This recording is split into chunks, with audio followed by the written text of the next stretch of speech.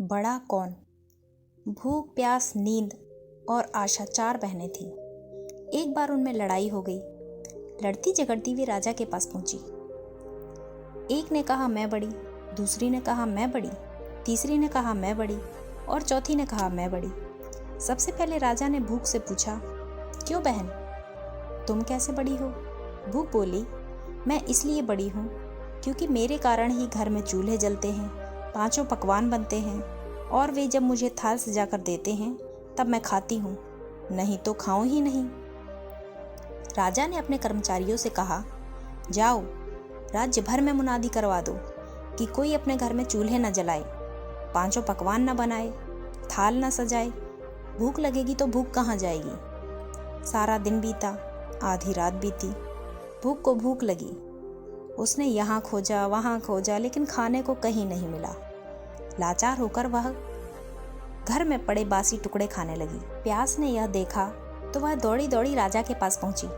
बोली, राजा राजा, भूख हार गई, वह बासी टुकड़े खा रही है, देखिए बड़ी तो मैं हूँ। राजा ने पूछा, तुम कैसे बड़ी हो? प्यास बोली, मैं बड़ी हूँ क्योंकि मेरे कारण ही लोग कुएं तालाब बनवाते हैं, बढ़िया बर्तनों में भरकर पानी रखते हैं और वे जब मुझे गिलास भरकर देते हैं तब मैं उसे पीती हूँ, नहीं तो पीऊँ ही नहीं। राजा ने अपने कर्मचारियों से कहा, जाओ राज्य भर में मुनादी करवा दो कि कोई भी अपने घर में पानी भरकर नहीं रखे, किसी को गिलास भरकर पानी न दे, कुएं तालाब पर पहरे बैठा दो। प्यास को प्यास लगेगी तो कहाँ जाएगी?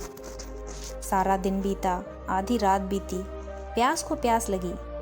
वह यहाँ दौड़ी वहाँ दौड़ी लेकिन पानी की कहीं एक बूंद न मिली। लाचार वह एक डबरे में झुककर पानी पीने लगी। नींद ने देखा तो वह दौड़ी दौड़ी राजा के पास पहुंची और बोली, राजा राजा, प्यास हार गई, वह डबरे का पानी पी रही है, सच बड़ी तो मैं हूँ। राजा ने पूछा, तुम कैसे बड़ी हो? नींद बोली, मैं ऐसे बड़ी हूँ कि मेरे लिए लोग पलंग बिछवाते हैं, उस पर बिस्तर डलवाते हैं और जब मुझे बिस्तर बिछा कर देते हैं तब मैं सोती हूँ, नहीं तो सोऊं ही नहीं।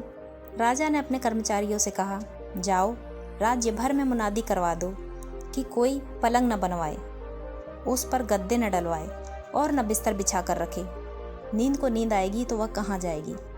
सारा दिन बीता, आधी रात बीती, नींद को नींद आने लगी। उसने यहाँ ढूंढा वहाँ ढूंढा लेकिन बिस्तर कहीं नहीं मिला। लाचार वह ऊबड़ खाबड़ धरती पर सो गई। आशा ने देखा तो वह दौड़ी दौड़ी राजा के पास पहुंची। बोली, राजा राजा, नींद हार गई, वह ऊबड़ खाबड़ धरती पर सोई है। वास्तव में भूख प्यास और नींद, इन तीनों में से मैं बड़ी हूँ। राजा ने पूछा, तुम कैसे बड़ी हो? आशा बोली, मैं ऐसे बड़ी हूँ कि लोग मेरी खातिर ही काम करते हैं, नौकरी धंधा मेहनत और मजदूरी करते हैं, परेशानियाँ उठाते हैं, लेकिन आशा के दीप को बुझने नहीं देते। राजा ने अपने कर्मचारियों से कहा, जाओ राज्य भर में मुनादी करवा दो, कोई काम ना करे, नौकरी ना करे, धंधा मेहनत मजदूरी ना करे और आशा का दीप न जलाए। आशा को आस जगेगी तो वह कहाँ जाएगी? सारा दिन बीता, आधी रात बीती, आशा को आस जगी। वह यहाँ गई वहाँ गई लेकिन चारों ओर अंधेरा छाया हुआ था। सिर्फ एक कुम्हार टिमटिमाते दीपक के प्रकाश में काम कर रहा था।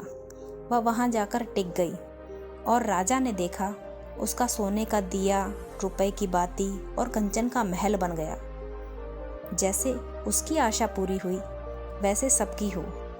दोस्तों, कहानी का अर्थ यही है कि आशा और उम्मीद के कारण ही व्यक्ति अपनी ज़िंदगी खुशीपूर्वक जी पाता है। उम्मीद व्यक्ति के जीवन में सकारात्मकता भरने का काम करती है। जब व्यक्ति किसी चीज़ को पाने की उम्मीद करता है तो इसे सोचकर ही उसे खुशी का एहसास होता है। हम सभी को अपने जीवन में कभी भी उम्मीद नहीं खोनी चाहिए और अच्छा होने की उम्मीद के साथ आगे बढ़ना चाहिए। कहानी यदि आपको पसंद आई हो तो प्लीज़ एक सब्सक्राइब ज़रूर कर दीजिएगा। धन्यवाद।